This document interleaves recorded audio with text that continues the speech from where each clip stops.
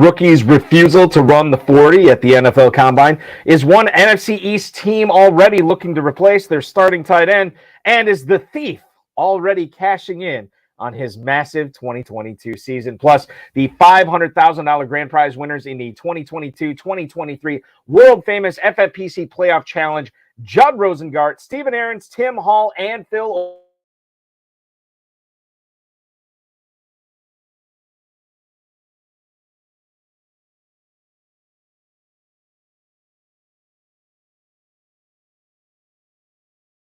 The pressure, I've seen greater men than these lessons. Broadcast live and heard around the world, you are now watching the most entertaining hour of radio on the planet. Welcome to the High Stakes Fantasy Football Hour presented by MyFFPC.com with your hosts Eric Balkman and Farrell Elliott. The High Stakes Fantasy Football Hour is your home for analysis from the best players in the world. And now, because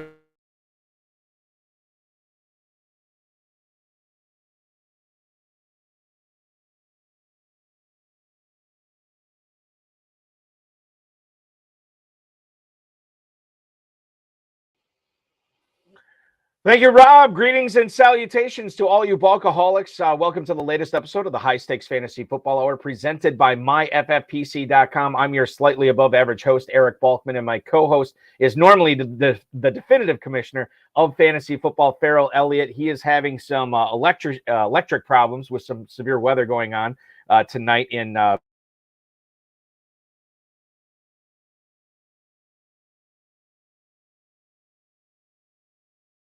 that just got a bump on the draft board, how you should be treating the Packers quarterback situation in your FFPC Never Too Early drafts, and the $500,000 grand prize winners in the 2022-2023 world-famous FFPC playoff challenge. Judd Rosengart, Stephen Aarons, Tim Hall, and Phil Orban will join us to talk about CeeDee Lamb, Jalen Hurts, their tough decisions in building their big roster, and much more. If you want to connect with us on Twitter, you can do so at HSFF Hour, at Eric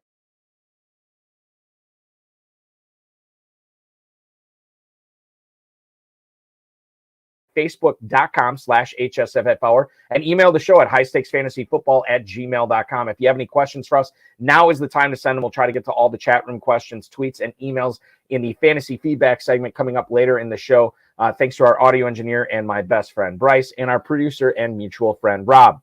As a reminder, if you want to win $25,000 in the 2023 FFPC main event, in the 2023 FFPC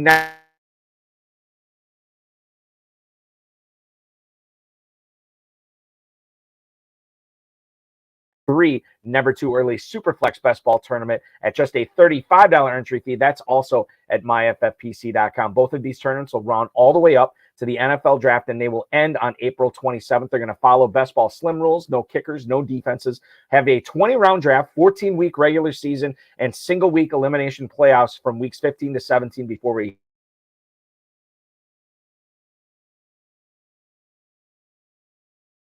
2-hour clock, 6-hour clock, and that's all available at myffpc.com. While you're there, let me tell you about all the great Dynasty Orphans we have there as well. Plenty of teams that are in need of good owners, and you can take advantage of getting some pretty good deals on a lot of these Dynasty teams that are available at myffpc.com. Just click on Dynasty, and then you'll see the link that takes you to all the Orphan teams there as well.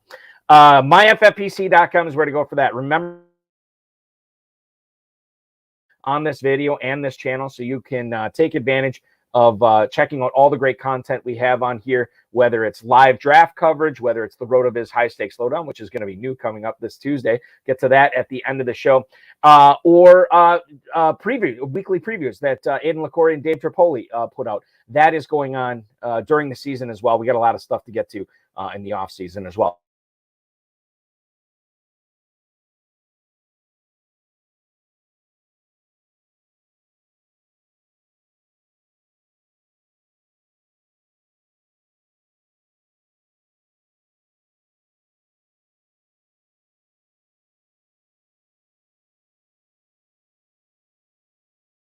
Brains and the brawn of this foursome, then dominating self-proclaimed, by the way, been dominating home leagues since he started playing fantasy football in 2005. A few rocky years early on when he took Dante Culpepper with the 2005 draft. A proud Texan frequently boasts about how much smarter he is than you. Take his advice because he's, according to him, right 99% of the time. Tim Hall's been playing fantasy football for a decade and a half plus, mostly in home leagues, dabbled in daily fantasy since came onto the scene. Prior to this year,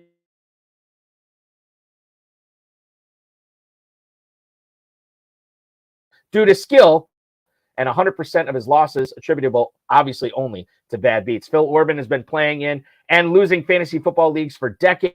The only success he has found is the FFPC Playoff Challenge with a top 100 finish last year and obviously this year's title. That has lessened the sting of previous failures. These four guys, $500,000 in the world-famous FFPC Playoff Challenge this past year. Let's bring them in right now, ladies and gentlemen. Please welcome in. We have Judd Rosengart. We have Tim Hall. We also have Steven Aarons, and we have Phil Orban. Guys, welcome in. Thanks so much for doing the show tonight. Pleasure. We can Thanks for having us. Do this every year.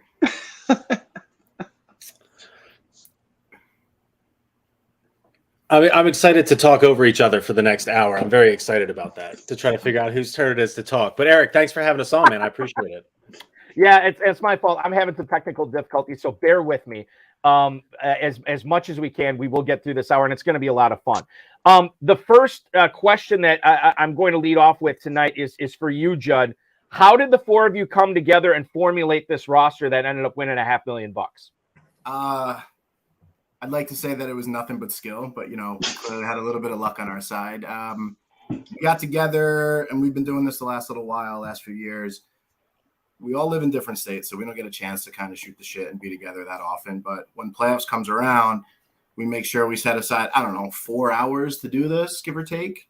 We go through, we grind out the rosters, we grind through the life, what's going on with the families. Honestly, it's a lot of fun. I think we all look forward to it. There's certainly a lot of different viewpoints on this, even though Steven says he's the Braun. Actually, that's it. It's just the Braun. But, we go through a lot of things. We spend a lot of time talking through it, a lot of times trying to go against the grain, even though, sometimes the chalk is king. But, we're doing the best we can. And we had a good finish last year, and then this year was just magical.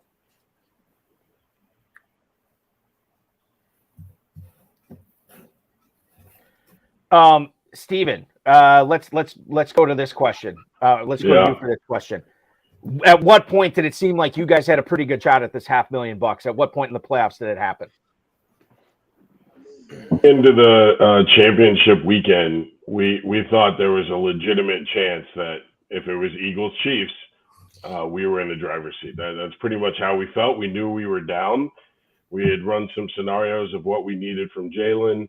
We had looked at a bunch of the other teams and their rosters and who they likely had. And we made a determination that it needed to be Chiefs, Eagles, and Jalen needed to catch up on some of the ground that he was behind A.J. Brown and Devonta Smith, especially. So once the Chiefs game ended, we were all pretty excited and started letting it be real that we might win $500,000 because we had the guy.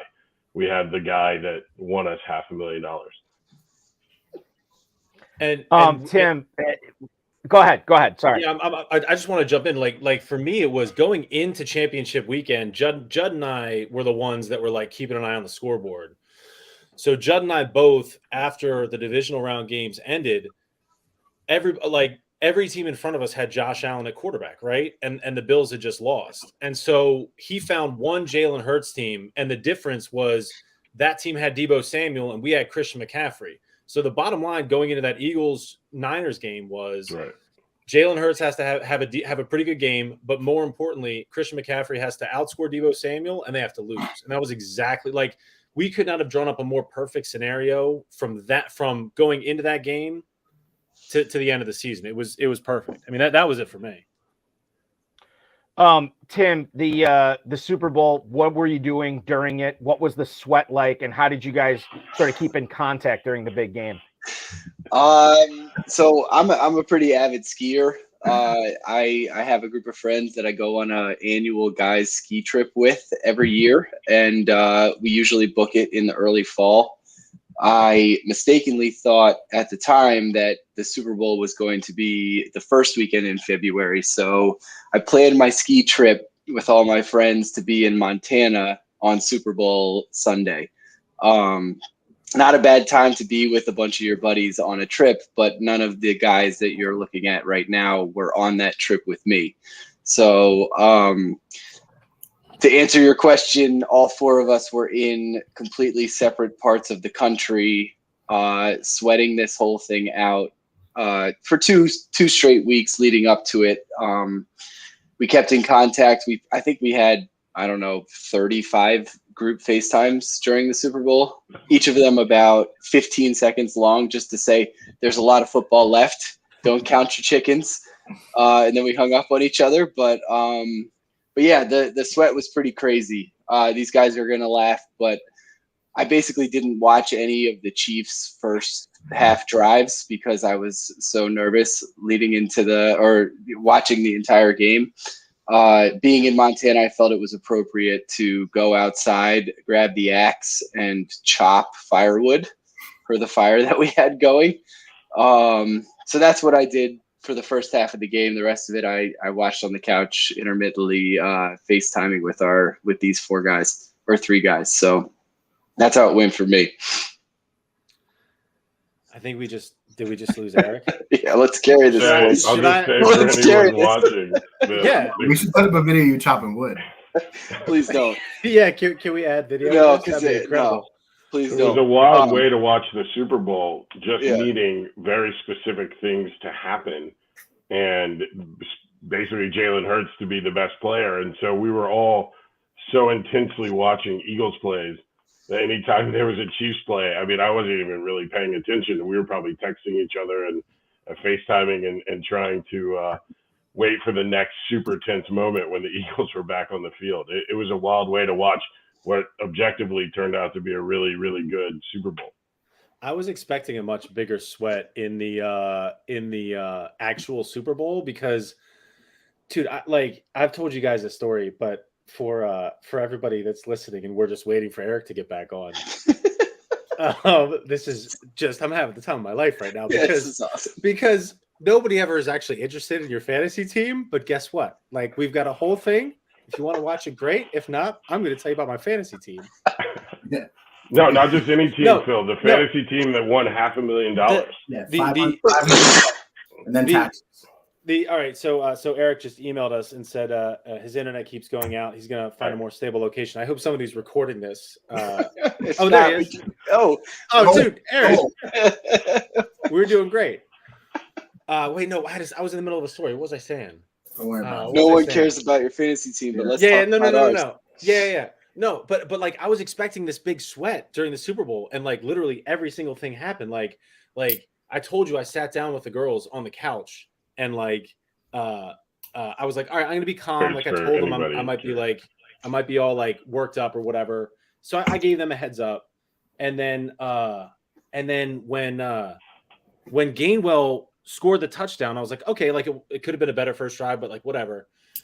And then I see that first replay where he's short of the goal line, and I just like shake off my kids, and I'm like, all right, this is like it's real now. Like if he scores a touchdown, like we're in great shape.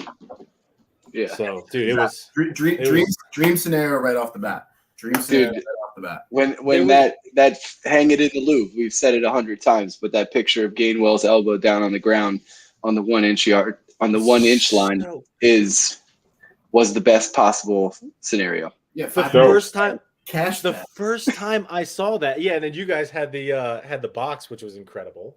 Yes. That was incredible. So I think the next question that Eric wants to ask us is, how did we no. celebrate? Yeah, we're getting there. We're getting to the celebration. I got no qualms rehashing a $500,000 night in front of. I think everybody All needs to hear how Judd Rosengart celebrated the night. No, I mean, beautifully. How about that? Very beautifully. Yeah, it was very fun. beautifully and far more wealthy than the night before. But think about what happened. Right, the moment where he took the lead was that second quarter rushing touchdown, and like in that situation, it was 4th and 3 from the 8, and the Chiefs jumped off sides to give him 1st and goal from the 4. So like that, like if Gainwell scores, right, he throws a long touchdown to AJ Brown. And then, on that play, maybe they turn it over on downs. And then on the last touchdown, maybe Devontae Smith doesn't step out of bounds. So like it was lucky for sure, man. Yeah. I mean, what was I just going to say? I'm totally blanking because I'm laughing at this text chain. Dead air. Dead air. No, we can't have dead air, guys. We got to keep it going. I know. Steven, listen, man. I'm looking at Eric's rundown, and he asked how we celebrated. I'll tell you guys. All right. Steven, I grabbed a bottle. So we all are FaceTiming, as Tim said, probably 35 times throughout the game. Some of us with our families. Judd threw a great big party. Tim was getting his Paul Bunyan on, and we just FaceTimed each other, and just couldn't believe that we had won, and everybody was doing something different. And I wanted to try and do a champagne championship spray, so I went out on the back patio, and two of my kids were still up. My wife was there, another buddy was over, and I tried to do a champagne spray, but I just threw all the champagne in the air, and clearly you've never done one. Good fun time. Yeah, so it was my first time to celebrate. Yeah, not like that. Yeah, next year we'll be better at the celebrations. Dude, so the one thing that I regret is like not capturing more of like the creation, like our initial Zooms to like break down the teams. I would love to have had that Zoom recording. And then my wife got like one surreptitious like video of me celebrating the second rushing touchdown. But like she was like, I didn't want to like jinx it. You know what I mean? Like I didn't want to like pull out the phone and like have Jalen Hurts fumble like he did or whatever. That was a great fumble. Do you remember when he fumbled? Huge fumble. Yeah. Huge fumble. Chiefs came back. And all it did was make him mad. It just made him mad. And then he just ran the ball into their fucking end zone 3 times. What a performance to put up 45 like standard fantasy points with 4 4-point passing touchdowns. 47. Incredible, man. 47, is that what it was? Yeah. I think right. That's what I was going to say. After the first drive, when Devontae had those 3 catches for like 15 yards or whatever it was, they were meaningless, and everything broke perfectly. Gainwell down on the 1-inch line. Jalen scores, and we were still not in the lead. I was like, oh man, we're in for a long night. Yeah. Little did I know that it was going to just break even more perfectly for the rest of the night. But that I do recall being very stressed out that the perfect drive still didn't put us into the lead. But we got 4 points. We had a lot of room to make up though. You know what I'm saying? Like, a ton of room. Yeah. But we did it. Hey, Tim, I'm curious about where you went after, because it was just me, Judd, and Steven on like 4 FaceTimes, and then all of a sudden you showed up in like a honky tonk. Where'd you go? Yeah, I went to some dive bar in Big Sky, Montana. I don't even know. Funny story is I got out of the car. I was already hammered, slipped on a patch of ice, fell right on my ass in the parking lot. People were chirping at me from the cigarette smokers out front were chirping, and I was like, hey, I don't give a fuck. I just won $500,000. Yeah, that's fucking cool. And then I went in, and the bartender immediately hated me because I just bought everything for the whole bar. Nice. But that's fiscally responsible. I was celebrating probably a little too much. Made a lot of promises that night, but it was a good time. And then you hopped on a flight and came home the next day and broke all. Exactly. But it was a good time. Yeah. And then Judd blacked out. He doesn't really know what he did. What Steven, what's the next question? To the thousands of listeners, you won $500,000 blackout also? Yeah, no, I'm not judging. I'm just explaining. That's why you don't have anything to add to this conversation. To that point, to that point, Judd, I think everybody wants to know, we were pretty wide receiver heavy, and it ended up leading to a $500,000 win. So what inspired that choice for our group? Well, I know how to win. Poor, stop stealing the microphone. No, I'm sorry. I just dead air. I just got to make sure there's no dead air. No, certainly over them. It's not dead air. You're dead air. Certainly wasn't Seattle. We didn't go with the Seattle receiver, right, Steven? Phil said it would have been great to see us building our team. There were some pretty animated discussions in that 4-hour Zoom about certain players. I was a big anti DK. I wanted to fade the Seahawks. Obviously, he ended up having a great game, and if we had him, we wouldn't have even been sweating. But thanks to Tim for insisting on one of our 5 entries being a Jalen Hurts team, because without that, then we wouldn't be sitting here. Wide receivers, because wide jump receivers. in? Or you want to just sit in the dead air?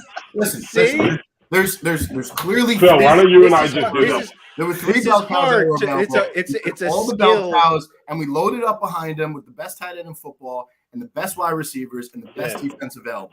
Very simple. Load up on those high performing wide receivers. Right. So like we can dive into this conversation about who you should, when you should go against the grain and like when you should go with the grain and all that sort of stuff. But like the bottom line is, you want to, like, it sounds dumb, but like you want to put the best players on your roster. So like if you try to go different and you go, like we had this great conversation after TJ Hawkinson had a great game and Justin Jefferson didn't.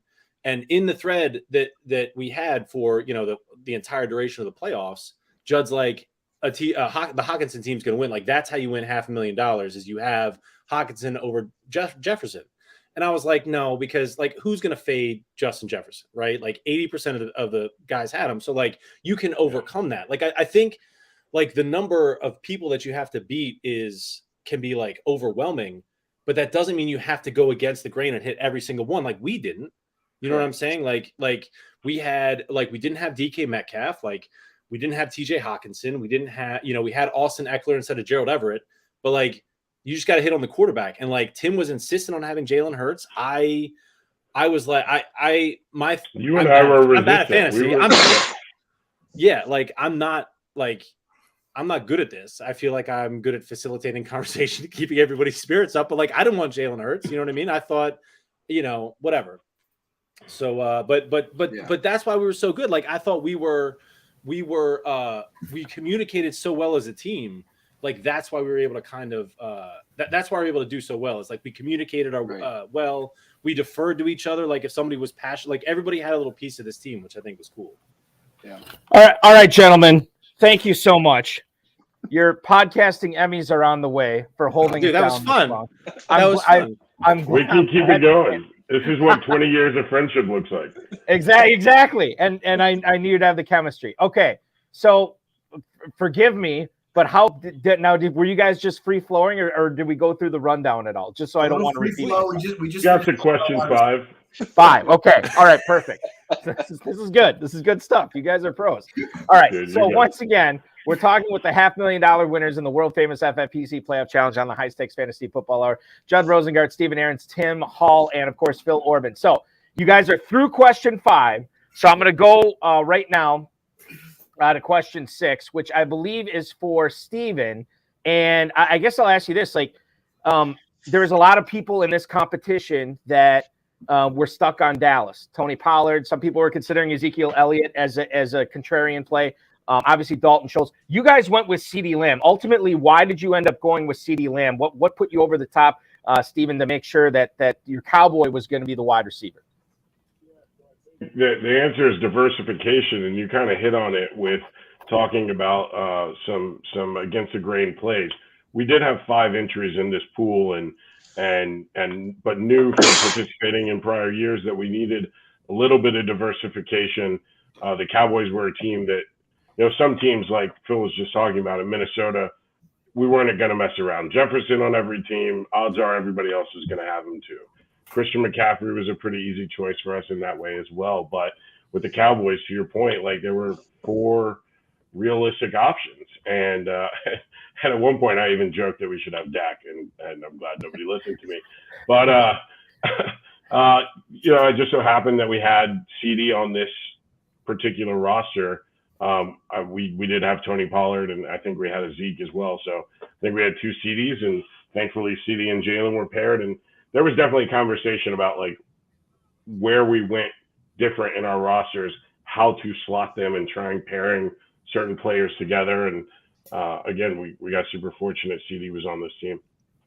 I think of all the contests that the FFPC offers, besides the main event, this is the one that really gets the juices flowing. This one creates the most conversation, the most excitement. Obviously, everybody has grinded their way through an entire season, and now this is sort of just the icing on the cake and trying to win another $500,000 grand prize. But it's not an easy contest to get through. You guys probably know this, there's a ton of content out there from fantasy football pundits on the best way to win this contest. Now you guys have won this. Okay. You're in the 99.999 percentile basically on this. So now that you know this, Tim, I'll throw this to you. Best piece of advice that you can give somebody, whether they've been trying to win at this contest for years and haven't had any success, or if they're just joining the contest for the first time, this playoff challenge this coming year, what's the best piece of advice you can give them to try to give them a leg up on the rest of the competition? I mean, that's a good question. I think we touched on it a little bit while you were gone, but I think it's not that massive of a tournament. It's not the Millie Maker where there's thousands and thousands and thousands of entries, and it sounds stupid and simple, but the best, you want to pick the best player on each team who's going to score the most fantasy points, and sometimes the chalk's not going to kill you. You got to pick the right chalk when it comes to the teams that have multiple options. But with only 7,800 entrants, it's not picking somebody like Brock Purdy isn't going to get you over the hump. It seems like it's a good idea to diversify yourself like that, but it didn't help to go that far off the chalk for us. So that's what I would say.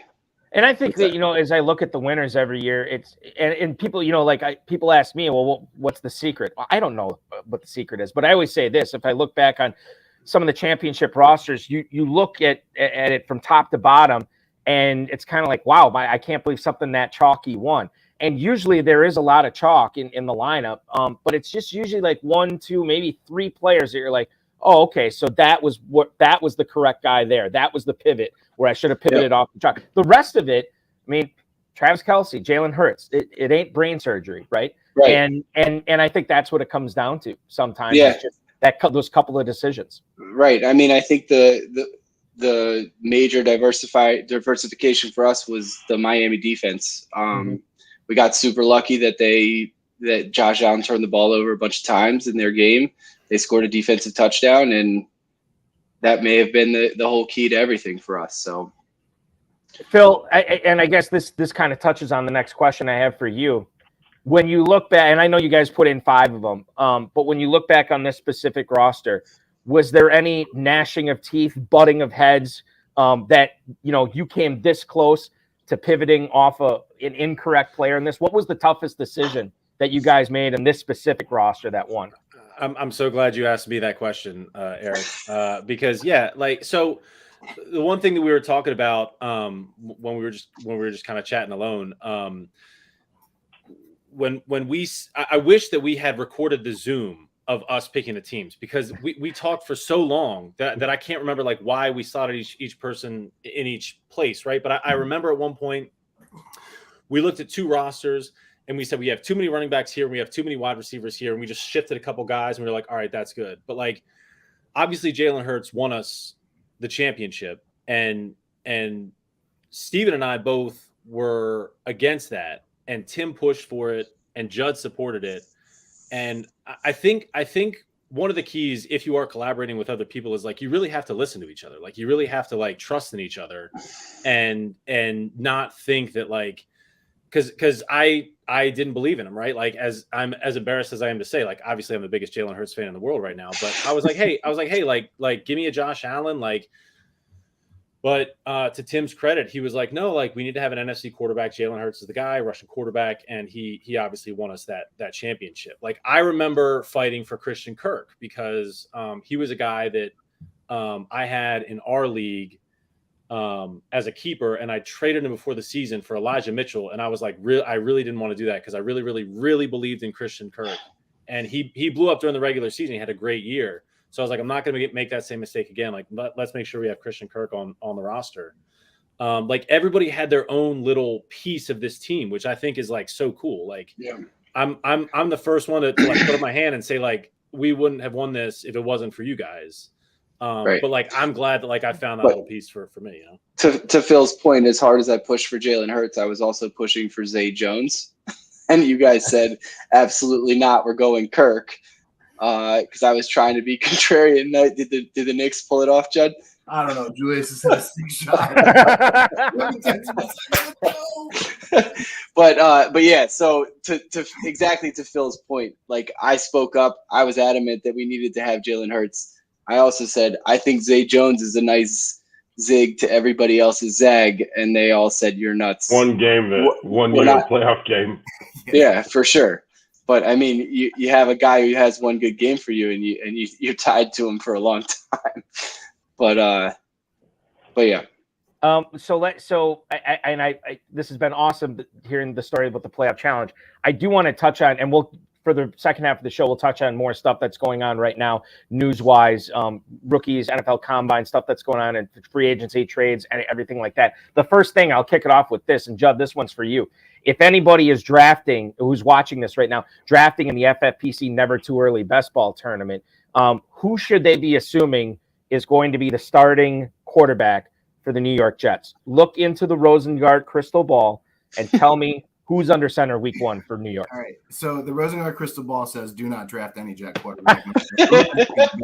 Doesn't matter. It feels like it's going to be Carr. Unless the Jets pull a miracle, maybe they'll pay Danny Dimes $47 million and steal him from the Giants.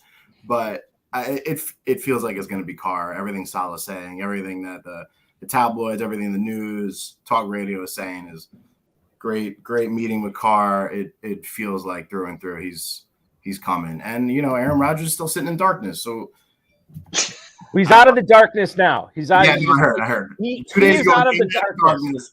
He is out of the darkness, but he's keeping us in the dark on what he's going to do. That's the issue. We're still in the dark here. Yeah. Which Carr is coming to New York though. Right. So piggyback on that, Judd. Garrett Wilson, wide receiver 11 right now. I think I said it on this show before. Wide receiver 11 in the Never Too Early Best Ball Tournament. Shout out to FantasyMojo.com, at FantasyMojo on Twitter. Darren Armani, the godfather of the FFPC Pros versus Joes. Anytime we cite ADP data on this show, it's because of his website. And I'm looking at it right now. Wide receiver 11 at the 209. And like I said, I think I've said this on the show before. Does it feel like people are already drafting a guy like Garrett Wilson? Again, second year in the NFL, going in the mid to late second round. Don't you feel like people are already drafting him, assuming that his quarterback is going to be a significant upgrade? They haven't had it yet, and yet people are drafting Wilson that way. So I actually wouldn't even say it's like, I think people are drafting him on solely the fact that it's not going to be Zach Wilson, right? Because statistics have shown as long as it's not Zach Wilson throwing him the football, that guy's going to blow up week in, week out. And if your ADP showing him as wide receiver 11, clearly people agree. I mean, all the Salah's conversations, all of his interviews, he has not backed Wilson at all. He's backed Mike White. He said good things about Carr, but it's very clear to me that they are just sorry. It is very clear to me that as long as anyone but Zach Wilson throwing him the ball, he's going to be good. I'm going to let you lead off this question as well, Judd. This is quite frankly what everybody wants to hear. I always think about the Italian Job, the movie, the remake, not the original, where they rob, they get all the gold, and then they round table it and they decide, okay, let's talk about it. What are we buying? And they all go back and forth of what they want to buy. You guys are taking home $500,000. I don't know how it's being divvied up amongst you, but I'll kick it off with you, Judd, and then Tim will go to you, and then Steven, and we'll wrap up with Phil. But what are you guys? Have you already spent the money? What are your plans for the money? Give us all the dirty details. Yeah, so we'll start off nice things for the family. That's first and foremost. And then immediately following Final Four weekend, we're going to Vegas, baby. We're going to Vegas, and we're gonna have a blast. Can't wait. I mean, this is a lottery ticket right here. So lots of good things to spend it on. There's no shortage of money to spend. I'm sure we've all got different ideas, but I can guarantee one thing is we'll be together in Vegas in 4 weeks from today, right? 3 weeks from today. 4 weeks from 4 weeks. 4 weeks Right. from today, we'll be in Vegas. Now you got to get this timeline right, because I don't want Tim to book a skiing trip again and miss out on that. So we God don't want forbid. that. Yeah. What about you, Tim? Anything specifically that you want to spend on in Vegas? Will there be lavish dinners and everything? Like, what are we doing? Yeah, we've got a couple of reservations booked already. We're gonna stay at Aria. What are the restaurants, guys? Forgive, I can't remember. Steven, you know? We're going to Carbone. Okay. Yeah. So a couple nice dinners, hopefully make Vegas free, if not more profitable than we've already been. Don't have any big ticket items yet, but I'm old, lame. I've got kids. Probably invest it. Maybe, are the families? Hudson Curran-Reeve, our resident Ivy League professor from Cornell, wants to know: are you guys bringing the wives, the families? Are they coming to Vegas, or is this strictly a guys' weekend? Major point of contention.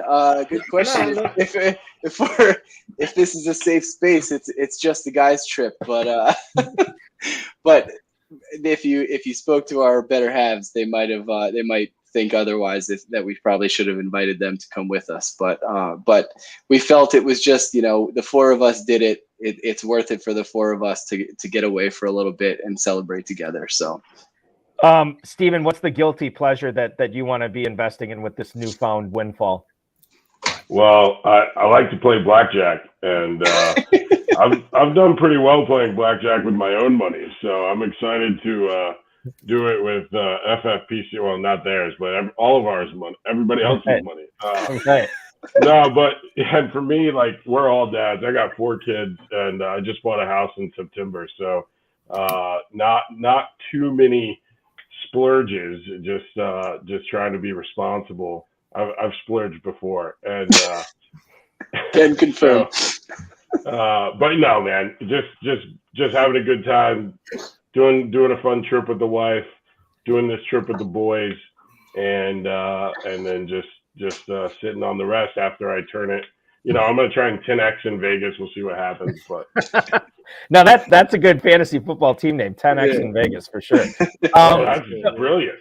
Right, exactly. Now, Phil, we got Vegas trip, lavish dinners. We have blackjack, gambling. What peppers are you adding to this cash gumbo? So here's the deal. Like Vegas is a special place for me and my wife. Like we love going there together. Like we have so much fun together.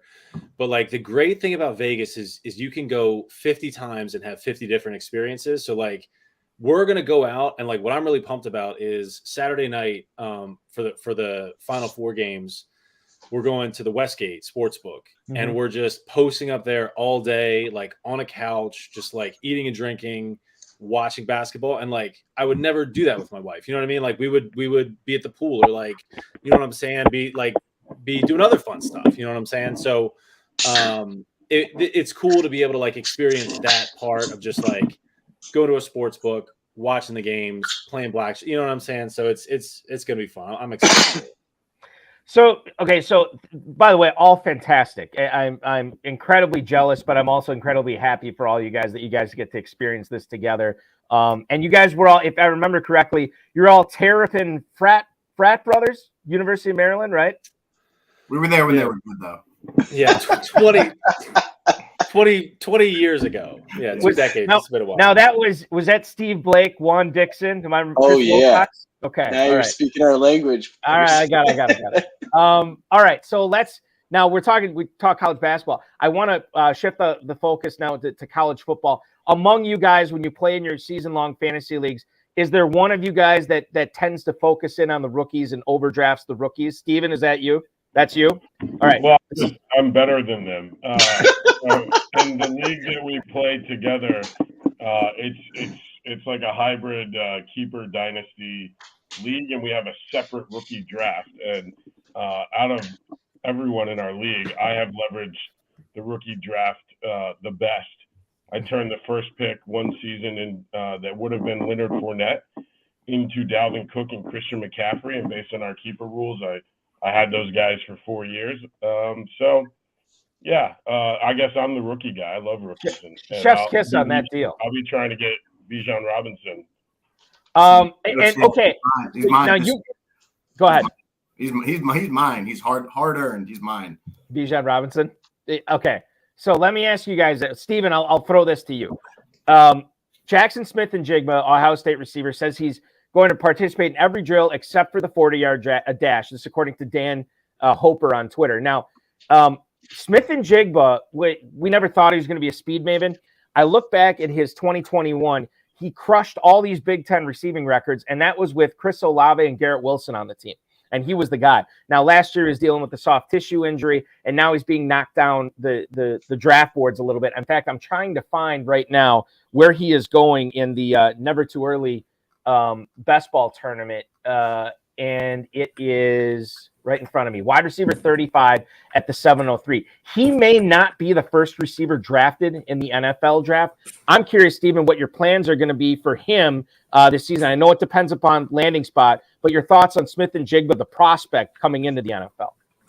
Yeah, so I'm pretty excited. I'm going to try and draft. He's a target for me in the rookie draft, and I am a big believer in rookie wide receivers. Obviously, the last handful of years, we've seen these guys come into the league right away and do amazing things. In fact, Justin Jefferson is another player I took in our rookie draft that led me to a title. So, I'm thinking that the same thing might happen here. Okay, so I feel like yourself, huh? I'm just being true to who I am, Judd. The Braids and the Brun. So I wanted to switch off to somebody else, but Steven, I think I'm going to let you handle this next one too. Michael Gelkin is reporting that there's little momentum towards Dalton Schultz returning to the Cowboys. You are the resident Texan on this show right now. At least you're the only guy in Texas, right? I'm a Cowboys fan, though. You're okay. Throw it to Judd because Judd, I enlighten root us. for my fantasy teams. I don't have NFL allegiances. Okay, so now it sounds like Tony Pollard might be franchise tag. Dallas already drafted Jake Ferguson last season. He could be the starter this year. It sounds like Schultz is moving on. And what I think is compelling about this is Dalton Schultz right now in the Never Too Early tournament, he's still being drafted as a top 10 option in the early 7th round. Judd, this is probably a mistake because he could end up being somewhere. Like, I feel like if he's going to go anywhere to still maintain that fantasy value, it's got to be in Dallas, and it doesn't sound like it's going to be in Dallas. Yeah, he's probably not going to be there. I mean, he's somewhat deemed himself to be replaceable based off of some of the other tight end production that we've seen. I mean, the reality is, no matter who you put behind Dak, he's going to catch the ball, and he's going to be a stud. Poor Dak. He's our newest Cowboys fan of the regime. I can't imagine that Dalton's going top 10, having no idea where he's going to be, but it doesn't feel like he's going to be on the Cowboys. Pollard's going to franchise tag, and he's going to be off to the races. Yeah, and I'll tell you this, and Tim, I'll throw this one to you. He is going right behind the tight end 9 is somebody I have dubbed the thief. And that's Evan Engram, because the over the course of his career, he's dropping balls, couldn't stay on the field. He put it all together in Jacksonville last year, which just happened to be in his contract year. And now it sounds like he's going to be franchise tagged. This, according to ESPN's Adam Schefter, it's worth just over $11 million. Now, Evan Engram, I'm skittish about this, Tim, because he had such a great season last year. But I always, Cecil Lamby for football guys always says, beware the career year. And that was his career year. And now he's going as tight end 9, not the value he was going at last year. Can he do it? Well, I know he can. But will he do it again? Will he do something close to what he did in 2022 with Trevor Lawrence in Jacksonville in 2023, Tim?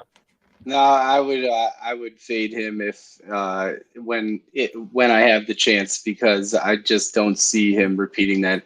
Like you said, the contract year brings out a great performance in a lot of people, and paying for past performance is not worth it. So I don't see him doing that again. I think the first 7 years of his career was a better indication, or I don't even know how far he is into his career, but I think it's safe to say last year was an aberration as opposed to the new norm. Okay, so we got I think that's all I had that's all I had for the first segment. So the second segment. Let's go on to answer some emails here. And Phil, I'm going to throw you the first email. Uh-oh. No, I'll tell you what, Phil. Before we get to emails, let's talk about Tampa Bay. They released Cameron Brate. $5 million cap hit is what he was going to be in Tampa.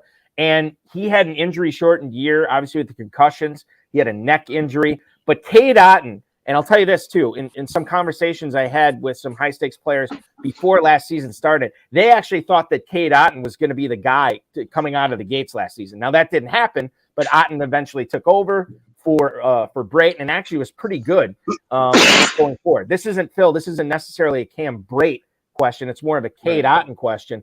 We don't know who the quarterback is, but if it is a younger player, they tend to gravitate towards tight ends. And I feel like Cade Otton might have some sneaky good fantasy value this year, especially when considering that he's actually, I'll look up his ADP right now. He's tight end 32 in the 18th round. He's basically free, and he could be the starting tight end. Yeah, I mean, like when you put into context like where he's being drafted, sure, but doesn't it feel like it's just like a full reset in Tampa, though? You know what I'm saying? Like, and at some point, like, and I'm a big situation guy, and the one point that you left out of my bio is that you really shouldn't listen to any advice I have fantasy-wise because I'm just like a perennial loser, and nobody wants to hear about my injury luck or whatever. But I'm a big, I do.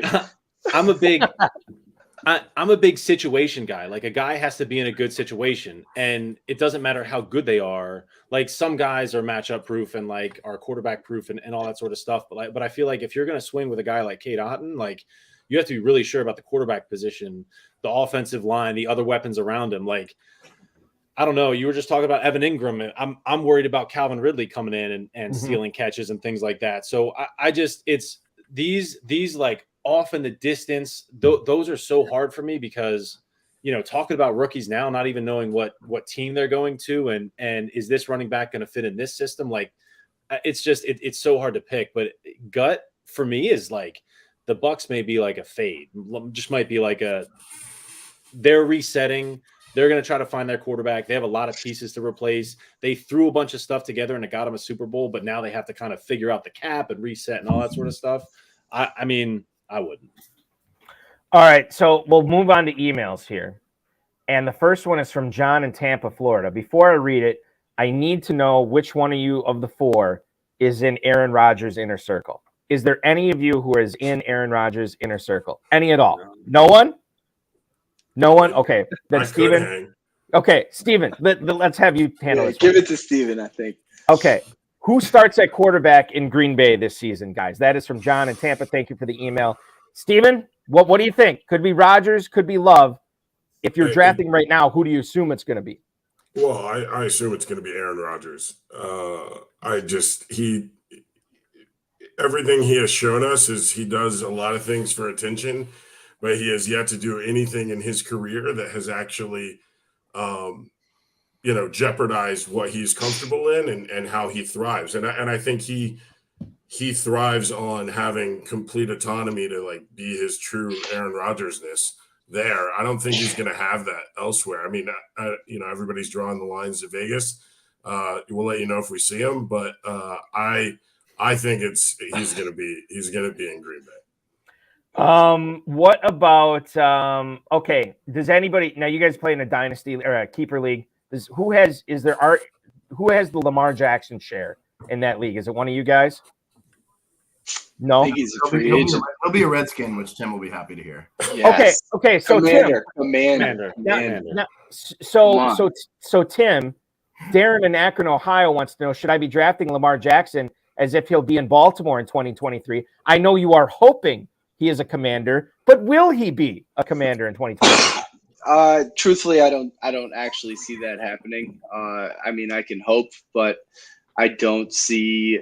I think they're going to go with Sam Howell in Washington, but should you draft Lamar Jackson? I think regardless of where he's playing, he's a threat on the ground, and that makes up significant ground in the quarterback position in fantasy. So whether he's in Baltimore or wherever he ends up, he's definitely a starter in a 10 or 12 team fantasy league. So yes. But can he redo his MVP season? I'm not sure. All right. So let me throw this out because Tim, everything you just said, I totally agree with, but then this is in the back of my mind. Lamar Jackson has no NFL agent. So that's pretty rare in the NFL. Lamar Jackson, according to reports, is asking for more guaranteed money than anybody has ever been paid in the NFL. Another outlier. if he stays in Baltimore, and if no one is going to pony up a couple of first-round picks for the right to pay him $250 million, which I can understand why teams would not want to do that. Yeah. At least to me, there is a non-zero chance that this guy gets franchise tagged and he refuses to play under the tag. And then if you drafted him, then what do you have? That's the only concern I have with Lamar Jackson this year. Is that valid? I think that's a very valid point. Yeah, we've seen it before where players just refuse to play. Le'Veon Bell, that's the first example I can think of where people wasted a high draft pick on somebody that played 0 snaps for an entire year out of a matter of principle. And, if he can't get it this year, I think if I'm Lamar Jackson and I didn't have an agent and I think I'm worth X amount of dollars, and they're not going to give me that this year, somebody will next year if I sit out. So, that's a good point. That's a good point that maybe you're knocking back a couple picks. I mean, Eric, what does your data show us? So here's going right now. Here's my personal take. I have Lamar Jackson in 3 dynasty leagues. I have not sent out any offers for somebody to take him off my hands. Maybe that's a mistake, but that's the way I've been handling it right now. Now, in redraft, in our Never Too Early Best Ball tournament, the FFPC, guys, he is going as quarterback 7 right now. Quarterback 7, just behind Fields, behind Herbert. I totally agree. It's too high in the early in the late 4th round. Give me Trevor Lawrence later. Give me Deshaun Watson, Dak Prescott much later, Kirk Cousins, Daniel Jones, Jared Goff. All these guys are going much later than him. I could think of so many better ways to spend a 4th or even a 5th round pick on players who I know are going to play, that this franchise tag thing is not hanging over their heads, where I think he'd play under the tag, but he doesn't have an agent. He's asking for all this guaranteed money. I don't know what this guy is capable of. So that's my concern is just it's too much of an unknown. But on the same hand, if you get Lamar Jackson in the 5th round and he plays and he's Lamar Jackson, then you've won your league. So that's the only counter argument. And that's a fair argument because this is a tournament ADP I'm referring to. And when you're talking about winning, beating out thousands of people to try to win this, Lamar Jackson, at least as far as one of your teams, in the 4th or 5th round, and if he does play, then all of a sudden you have a leg up on everybody. I go back to the Football Guys Players Championship. What was that? 3 years ago, I want to say. Remember the whole Tyreek Hill thing where it was right before the draft, right? And we were worried that Tyreek Hill would never play football again based on some of the off the field stuff that we had heard about. The Chiefs themselves invested a 2nd round pick into McCole Hardman, and then he played that year. Well, he was going in like the 11th, 12th round. So anybody who took advantage of that obviously, should have had a great season. Although ironically, I don't think he was among any of the top 5 finishing teams in the Football Guys Players Championship that year, which is kind of weird. Besides the point, I want to move on. Yeah, but Eric, that's also a distinct difference there, right? So getting Tyreek in the 11th versus getting Lamar as the 7th ranked quarterback or 7th pick quarterback. So let's say he wasn't even franchise tagged and this was still going on. He'd be what, the 5th, right? Yeah. I don't know, 5th, 6th, 4th. There's just there's way too much risk to going on right. 7th quarterback there for someone that we don't even know where he's going to be.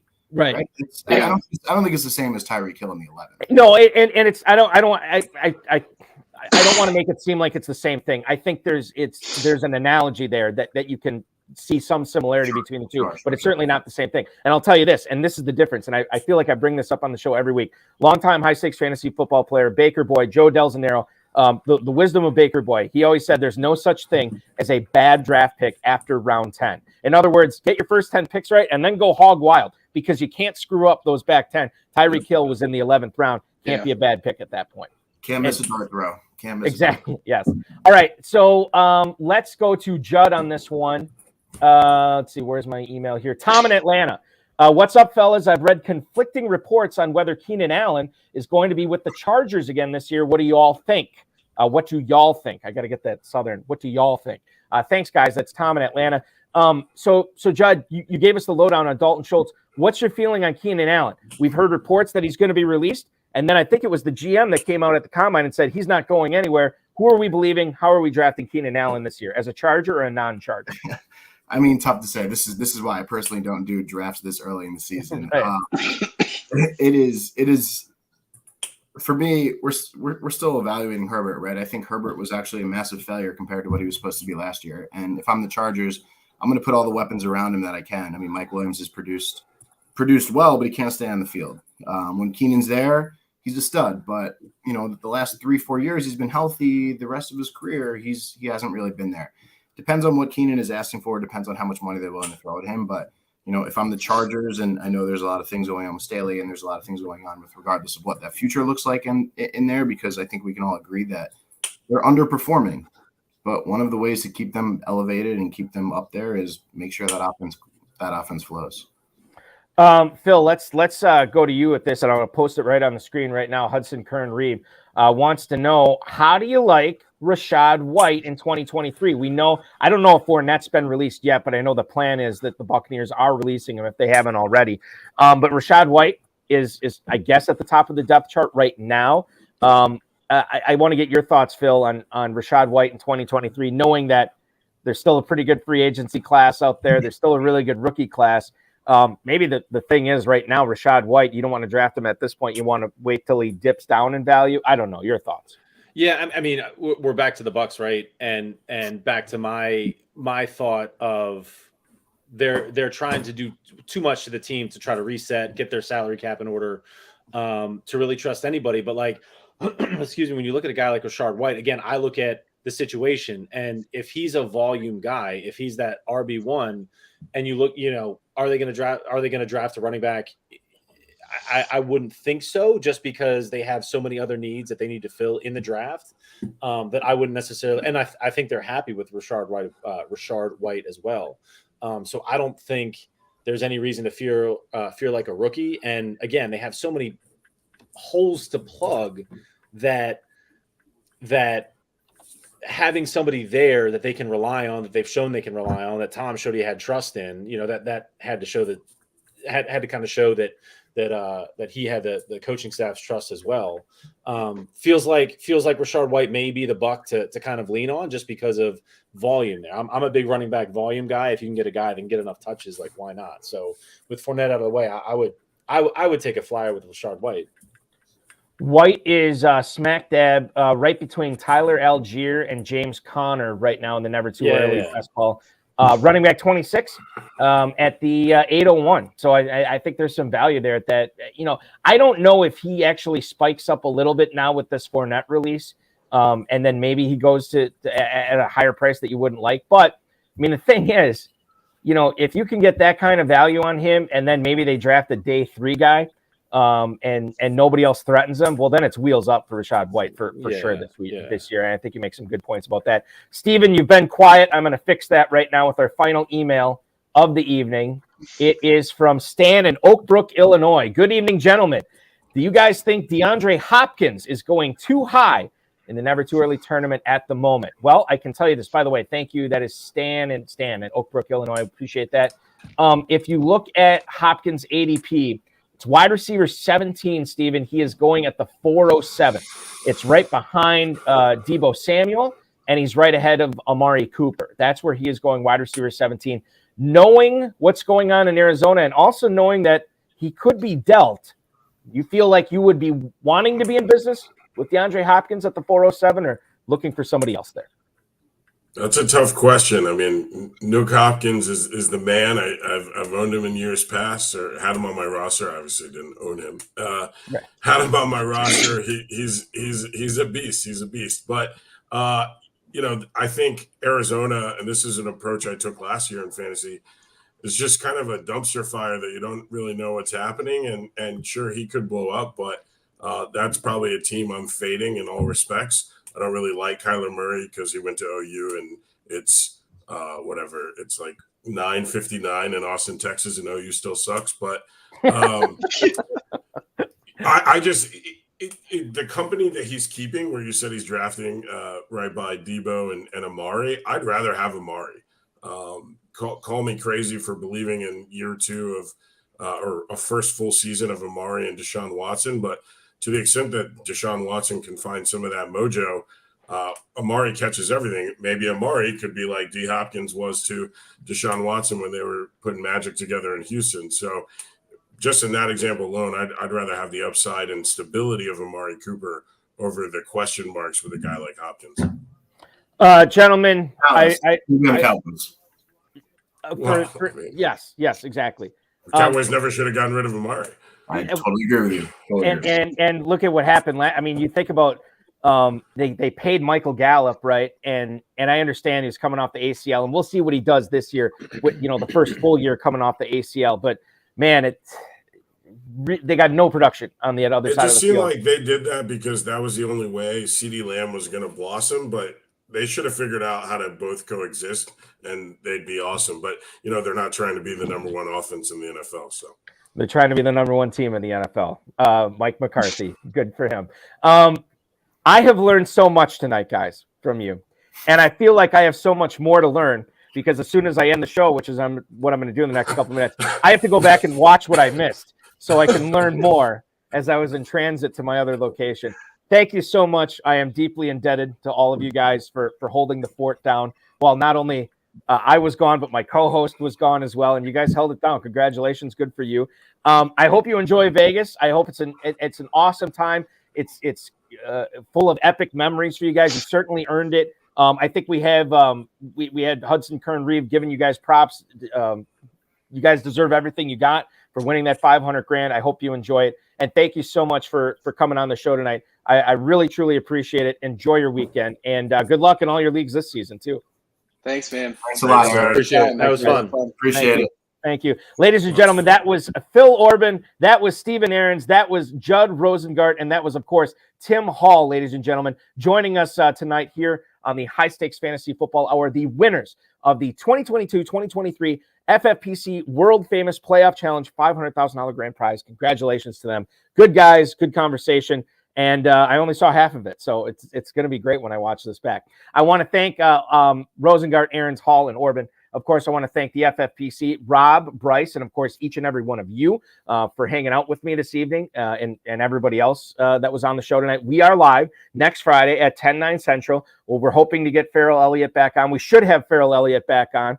The RotoViz High Stakes Lowdown is going to come back again for the March episode. It goes live at 10/9 Central this Tuesday night right here on the FFPC YouTube channel with 2022 FFPC Never Too Early Best Ball Tournament $25,000 champion John Terry. The tournament's going on right now. You want to get an edge, John Terry will tell you how he won last year's tournament. The High Stakes Fantasy Football Show on the Better Sports Network goes live on Thursday night at 7/6 Central on the BSN app. We might be able to get it on Twitter, Facebook, YouTube, as well as my personal accounts, Twitch, my Twitch, as well as the FFPC's Twitter, Facebook, and it'll be plastered all over the internet. That's the hope. On Thursday night, we had Chad Parsons from Under the Helmet Dynasty and Football Guys this past Thursday. This Thursday, from the Late Round Quarterback and the Living the Stream podcast, JJ Zechariason will co-host with me for the full 2 hours. A reminder, if you're looking for some action this weekend, win $25,000 in the FFPC Never Too Early Best Ball Tournament, just $125 to enter at myffpc.com. While you're there, you can also enter just $35 entry fee to win $5,000 in the 2023 FFPC Never Too Early Superflex Best Ball Tournament.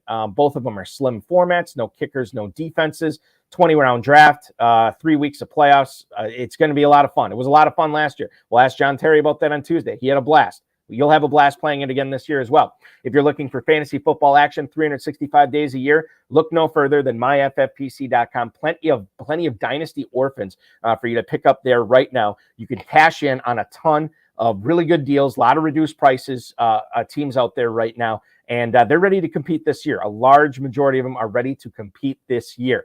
You can adopt the orphan team today at myffpc.com. The prices range anywhere from $77 to $2,500, but again, some of those are discounted even further down than that. Remember to like, subscribe, comment, share, and get notified every time we go live on this channel. Like I said at the top of the show, there's a ton of great stuff we do on here with myself, Farrell Elliott, Dave Terpoli, Aiden LaCorey. We'll keep rocking it, and we'll keep rocking it. It's going to be the biggest year on YouTube ever for the FFPC, and we're so glad you're here for it. Thanks so much, everybody, for putting up with the technical difficulties I was having tonight. Your weekend officially starts right now.